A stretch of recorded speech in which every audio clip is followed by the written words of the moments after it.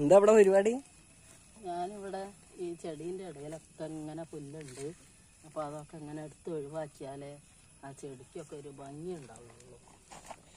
അപ്പോൾ അതുകൊണ്ട് അതിങ്ങനെ ചെയ്തുകൊണ്ടിരിക്കുകയാണ്. അതാണ് ചെടികളില്ലേ? ഇതെന്ത് ചെടിയാ? ഇതാണ് മാസംമാറി. ഇതാണ് മാസംമാറി അല്ലേ? അപ്പൊ മാസംമാറി കാണാത്തൊരു കണ്ടോളി, മാസംമാറിയാണ്. ഇതെന്താണ് ഈ വലിയ ഇല?